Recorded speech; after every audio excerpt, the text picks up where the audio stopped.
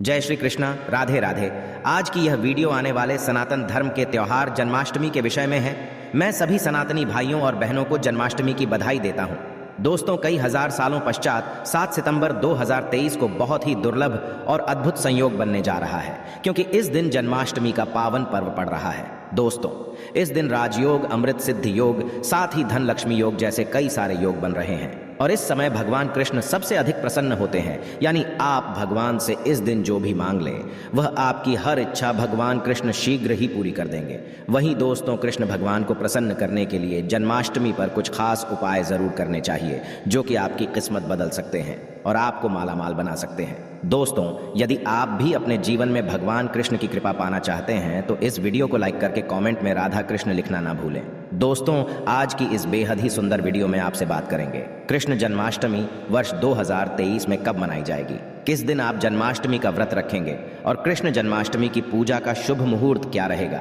इसके अलावा हम आपको बताएंगे कि जन्माष्टमी के व्रत का प्रदान किस समय किया जाएगा और जन्माष्टमी की संपूर्ण पूजा विधि क्या है और इस दिन वे कौन से उपाय हैं जिसको करने से आपकी किस्मत चमक जाएगी और आपकी मनोकामना पूरी हो जाएगी।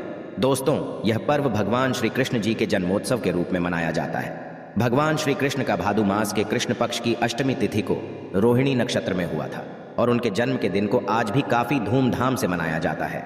दोस्तों, जन्माष्टमी के दिन भगवान कृष्ण की आरती रात यानी 12 बजे की जाती है और घंटे घड़ियाल बजाकर उनके जन्म की खुशियां बांटी जाती है। दोस्तों, जन्माष्टमी का मथुरा और वृंदावन में बहुत ही धूमधाम से मनाया जाता है। खासकर मंदिरों और घरों में लोग बाल गोपाल के जन्म का उत्सव का आयोजन भी करते हैं और बाल गोपाल के लिए पालकी भी सजाते हैं। ऐसी मान्यता है कि भगवान विष्णु जी ने धर्म की स्थापना करने के लिए श्री कृष्ण जी के रूप में जन्म लिया था और इस दिन पर धारण कर श्री कृष्ण जी का स्मरण करना अत्यधिक फलदायी होता है। दोस्तों, शास्त्र में जन्माष्टमी के वक्त को वक्त का राजा भी कहा गया है। भविष्य में इसके संदर्भ में उल्लेख है कि जिस घर में यह व्रत किया जाता है वह अकाल मृत्यु, गर्भपात, दुर्भाग्य तथा कलह से पीड़ित नहीं होता है और जो भी इस व्रत को एक बार कर लेता है वह दुनिया के सभी सुखों को भोग कर विष्णु लोक में निवास करता है। दोस्तों, इस दिन लोग पूरा दिन भर उपवास रखते हैं। आपको बता दें कि जन्माष्टमी का व्रत अष्टमी तिथि से शुरू होता है और इस व्रत का पारण नवमी तिथि में ही करना चाहिए, तब इसका पूरा फल प्राप्त होता है। और जो लोग इस व्रत को रखे उन्हें सुन ले कि रात में हल्का व सात्विक भोजन करना चाहिए, साथ ही ब्रह्मचर्य का पालन करना चाहिए। दोस्तों, जन्माष्टमी के व्रत के दिन कुछ लोग निर्जला रहते हैं तो वहीं कुछ लोग फलाहार करके भी इस व्रत को पूरा कर सकते हैं। दोस्तों, जन्माष्टमी के दिन प्रातःकाल जल्दी उठकर स्नान आदि कर स्वच्छ वस्त्र धारण करें। इसके पश्चात पूर्व या उत्तर दिशा की ओर मुंह करके बैठ जाएं और अपने हाथ में थोड़ा सा जल पुष्प कर अक्षत ले लें और जन्माष्टमी व्रत का संकल्प करें। इसके पश्चात भगवान कृष्ण जी की पूजा करें। आपको बता दें कि भगवान श्री कृष्ण जी की पूजा निश्चित काल यानी आधी रात में करने की परंपरा रही है और कि घरों में रात 12 बजे भगवान कृष्ण जी का जन्म भी किया जाता है। तो जो लोग कृष्ण जी का जन्म रात में करते हैं वे नाल छेदन भी करते हैं, तो उनके लिए बता देते हैं कि 12 बजने से कुछ घंटे पहले ही एक पत्ते वाला खीरा लें और कुछ थोड़ा सा काटकर उसमें लड्डू गोपाल को बिठा दें। जब 12 बजे तो भगवान को उस खीरे से बाहर निकालकर एक सिक्के की मदद से खीरे को काट दें, इसे कहा जाता है। इसके पश्चात उन्हें सबसे पहले शुद्ध जल से स्नान कराए, फिर उन्हें पंचामृत, दूध, दही, घी, शहद और शक्कर से स्नान कराए, तत्पश्चात गंगा जल से स्नान कराए। इसके पश्चात शुद्ध जल से स्नान कराने के पश्चात उन्हें साफ कपड़े से पोंछकर उन्हें नए सुंदर चमकीले वस्त्र धारण कराए और उनका श्रृंगार करें। इसके पश्चात उन्हें झूले या सिंहासन में करें। ध्यान रहे, इस दौरान आप कृष्ण नाम का जाप करते रहे या राधे राधे बोलते रहे या श्री कृष्ण जी के किसी भी मंत्र का जाप करते रहे। दोस्तों, अब आप लड्डू गोपाल की विधिवत पूजा करें, उन्हें चंदन का तिलक लगाए, फूल माला अर्पित करें और उन्हें भोग लगाए। भोग में आप माखन, मिश्री, पंचामृत, नारियल से बनी मिठाई या धनिये की पंजीरी का भोग लगाए। ध्यान रहे, उसमें तुलसी का पत्ता जरूर डालें। इसके पश्चात धूप दीप जलाकर भगवान श्री कृष्ण जी की आरती जरूर करें और लड्डू गोपाल को इस दिन झूला जरूर झुलाएं। दोस्तों, जन्माष्टमी की रात को लोग रात्रि जागरण करके भजन कीर्तन शो आदि भी करते हैं। इससे आपको शुभ फल की प्राप्ति होती है। आपको बता दें, कुछ लोग रात्रि की पूजा के पश्चात ही अपने व्रत का पारण करते हैं और कुछ लोग अगले दिन सूर्योदय के पश्चात। ध्यान रहे कि आप प्रसाद खाकर ही अपने व्रत का पारण करें। तो दोस्तों, चलिए अब जानते हैं कि वर्ष 2023 में का पर्व को कब मनाया जाएगा। तो आपको बता दें कि कृष्ण पक्ष की अष्टमी तिथि इस बार 6 सितंबर को पड़ रही है। ये कृष्ण जी का 5250वां जन्मदिन होगा। ऐसे में ये 6 सितंबर को दोपहर 3:37 से शुरू होगा और 7 सितंबर को शाम 4:14 तक रहेगा। दोस्तों, इस दिन सुबह 9:20 से रोहिणी नक्षत्र शुरू होगा। ऐसे में ग्रस्त सितंबर और वैष्णव संप्रदाय के लोग 7 सितंबर को इस त्योहार को मनाएंगे। दोस्तों के लिए इस बार शुभ मुहूर्त 40 मिनट का है, जो कि 12:02 से 12:48 तक रहेगा। ऐसे में इस दिन रोहिणी नक्षत्र का संयोग भी बन रहा है। ऐसे में इस दुर्लभ संयोग में की पूजा करने से 3 जन्मों के से मुक्ति मिलती है। यदि किसी की आत्मा प्रेत योनि में भटक रही है तो उनके नाम से की गई पूजा उनकी आत्मा को मुक्ति प्रदान कराती है। दोस्तों, इस दिन का व्रत संतान का सुख देने वाला होता है।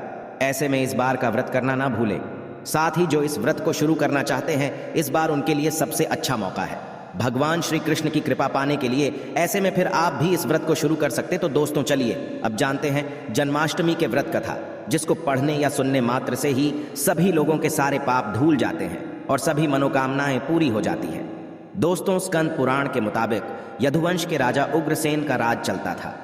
उग्रसेन का सबसे बड़ा पुत्र कंस, जिसकी चचेरी बहन देवकी थी कंस, अपने ही पिता को जेल में डालकर स्वयं राजा बनकर राज करने लगा।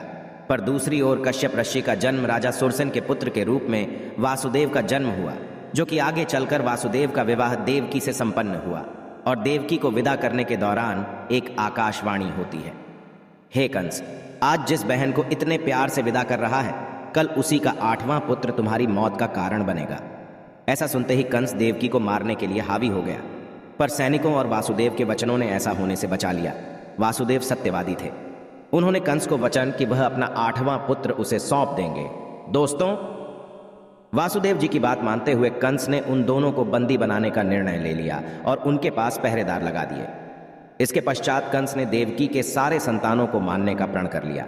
इस निश्चय के अनुसार देवकी के 7 संतान कंस द्वारा मारे गए।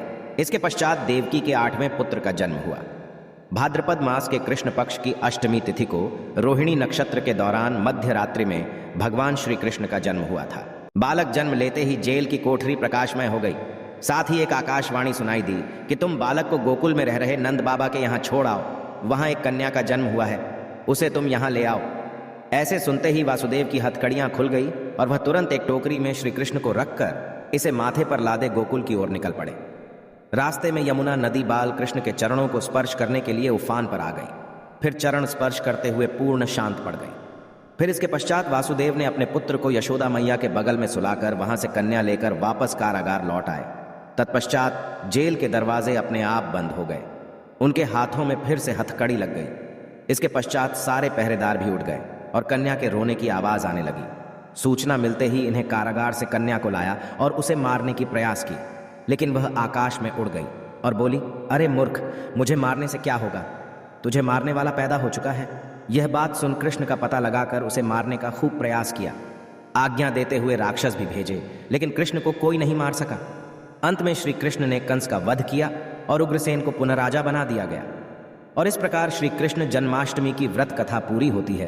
तो ऐसी मान्यता है कि जन्माष्टमी के दिन कहानी को पढ़ने या सुनने से सारे पाप धुल जाते हैं, जीवन की हर समस्या का समाधान मिलता है, साथ भगवान का आशीर्वाद भी सदैव बना रहता है। तो दोस्तों, अब आगे बढ़ते हैं और आप जानते कि जन्माष्टमी के दिन वह कौन से उपाय है जिसको करने मात्र से आपकी किस्मत चमक जाएगी और आपके सारे अटके हुए कार्य बनते चले जाएंगे। सबसे पहले बात करते हैं, यदि आपके कार्य अटके हुए हैं तो आप कृष्ण जन्माष्टमी के दिन सुबह स्नान ध्यान आदि करने के पश्चात घर के बाल गोपाल को नई पोशाक पहनाएं, भोग लगाएं और गोपी चंदन से श्रृंगार करें। पास के राधा कृष्ण मंदिर में जाकर वह जयंती फूलों की माला अर्पित करें। यदि वह जयंती फूल माला ना मिले तो रंग के फूल माला भी अर्पित कर सकते हैं। ऐसा करने से भगवान कृष्ण का आशीर्वाद मिलेगा और आपके अटके कार्य में प्रगति आएगी। इस उपाय से भाग्य होगा आपका मजबूत। दोस्तों, जन्माष्टमी के दिन बाल गोपाल को केसर, मेवा, मिश्री, साबूदाने की खीर या तुलसी दल डालकर भोग लगाए, लेकिन ध्यान रहे खीर में चीनी की जगह मिश्री की डली डालें, साथ सफेद मिठाई भी अर्पित करें। ऐसा करने से कान्हा की कृपा मिलती है और आपका भाग्य भी मजबूत होता है। इस उपाय से धान्य की कमी नहीं होगी। दोस्तों, सुख समृद्धि के लिए जन्माष्टमी के दिन बाल गोपाल की पूजा करते समय एक पान का पत्ता भी अर्पित करें। फिर पत्ते पर सिंदूर से श्री हरि लिखें। फिर रोज उसको पूजा करने के पश्चात जहां पैसा रखते हैं वहां रख दें। ऐसा करने से घर में धन धान्य की कमी नहीं होती है और धन संबंधी समस्या नहीं होती। इस उपाय से मिलेंगे आपको शुभ समाचार दोस्तों, जन्माष्टमी के दिन गाय और उसके बछड़े की सेवा करें, आशीर्वाद लें। इसके साथ ही गाय और उसके बछड़े की मूर्ति भी लेकर आए और बाल गोपाल के पास मूर्ति को रखकर उसकी पूजा करें। ऐसा करने से भगवान कृष्ण की कृपा जल्द शुभ समाचार सुनने को मिलती है। इसके पश्चात गाय और बछड़े की मूर्ति को ईशान कोण में रखना आदर्श स्थान माना गया है। इस उपाय से आर्थिक तंगी होगी आपकी दूर। दोस्तों, कर्ज की समस्या से यदि आप परेशान हैं तो जन्माष्टमी के दिन दक्षिणवर्ती शंख से भगवान श्री कृष्ण का अभिषेक करें। दक्षिणवर्ती शंख को लक्ष्मी का स्वरूप माना गया है और लक्ष्मी पूजा में शंख के बिना पूजा ना होती है। ऐसा करने से आर्थिक तंगी दूर होती है और लक्ष्मी की प्राप्ति होती है। इस उपाय से होगी व्यवसाय में उन्नति। दोस्तों, जन्माष्टमी के दिन सुबह शाम 11 बार तुलसी की क्रमांक करें और घी का दीपक जलाएं। इसके पश्चात 108 बार ओम नमो भगवते वासुदेवाय मंत्र का जाप करें। साथ ही कपूर जलाकर उस पर थोड़ी सी मिश्री डाल दें और कपूर और मिश्री का हम भी करें। ऐसा करने से नौकरी व्यवसाय में उन्नति होती है। तो दोस्तों, वीडियो से विदा लेने से पहले और आपके पूरे परिवार को इस जन्माष्टमी की हार्दिक शुभकामनाएं। मैं कामना करता हूं कि इस जन्माष्टमी पर बाल गोपाल आपके घर ढेर सारी खुशियां लाए। अगर मुझसे इस वीडियो में कोई गलत शब्द बोला गया हो तो मैं माफ़ी चाहूँगा। तो यह थी आज की खास जानकारी। आशा है कि आज की इस प्रस्तुति में बताई गई जानकारी आपको अच्छे से समझ आ गई होगी। वीडियो अच्छा लगा हो तो एक लाइक अवश्य कर दें। धन्यवाद वीडियो के अंत तक बने रहने के लिए।